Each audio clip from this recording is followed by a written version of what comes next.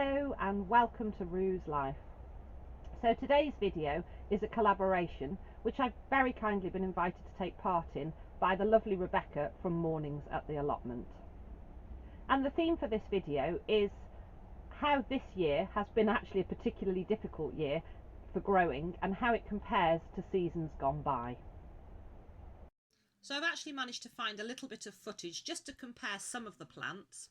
So here are the beans from last year, and you can see they were just fantastic. They were romping away and I was really pleased with their progress, and that was June, July of last year.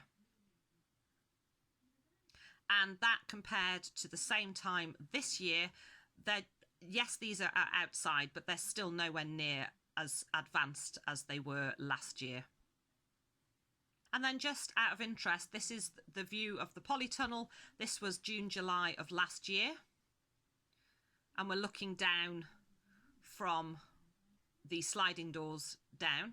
And then this is the same time this year, looking from the other end. But you can see, I mean, there's no comparison.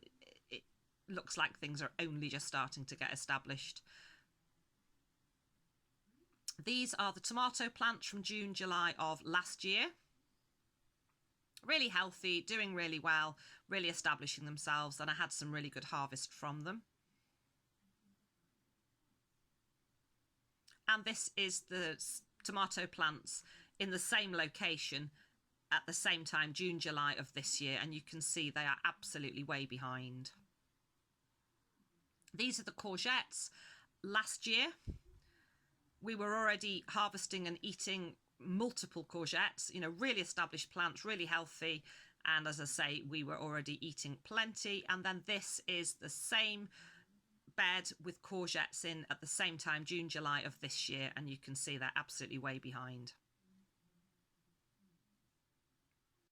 So it's now August and here I am in the polytunnel, and I'm going to have a little walk around and show you that a lot of things are actually catching up now, so I'm feeling really positive about that. I'm going to be really interested to see the other videos in this collaboration to see what kind of a season they've had compared to previous years. And I think on reflection, it was a funny old year. So we started off, it was incredibly cold and we had very late frosts. Here I then also had some snow. Then it went really dry for a long period of time in the spring. Then it rained and it rained and it rained. Then it went dry again, and then it went really hot really quickly, and now the temperatures have dropped and we're having rain again. So it's just been such a topsy-turvy old start. But I think, as I say, that cold start, then having it so dry, then having it so wet, and then it's finally starting to be more like the weather we would expect during August here where I am, North Wales in the UK. So let's have a little walk around and we can now look at where everything is and is it where I would expect it to be or not. So behind me here you can see I've got lots of leafy greens. They're absolutely brilliant. I've had salad, we've got chard, we've got spinach, there's mizuna, there's some other little salads in amongst those, and they're doing really well. I'm really pleased with those. Then here we've got the parsnips, and the parsnips are looking brilliant, and they're actually a little bit ahead of how they were kind of this time the last couple of years. I may even pop some more in that should be ready in time for Christmas because these are ahead of themselves. Down here I've got the basil, and it's absolutely brilliant, and it's probably comparable to how my basil was this time last year. And then behind me here you can see the tomatoes, and they are finally starting to look, as they're a little bit behind fruits wise, they are small and green, but the plants themselves are looking really healthy, and I'm positive that they're going to come and I'm going to get a decent harvest. This here is a chili plant. It's the only one I've got left. It is a jalapeno, but again we've got flowers and it's starting to come, so I think we'll get a few chilies this season. And then we've got the courgettes, which again they're a little bit slower, but they are catching up and they're starting to fruit, so that's great. And then the cucumbers here are starting to look again as I would like the cucumber to look at this time of the year. And let's go outside and see what's going on out there. So overall things aren't looking too bad at all, and I have had some harvests. The beans, I have lost a lot of the beans, but I have got some plants. So 2, 4, 6, 8, 10. So out of 10 bean plants, I've got 3 really established ones and a couple that are kind of trying their best.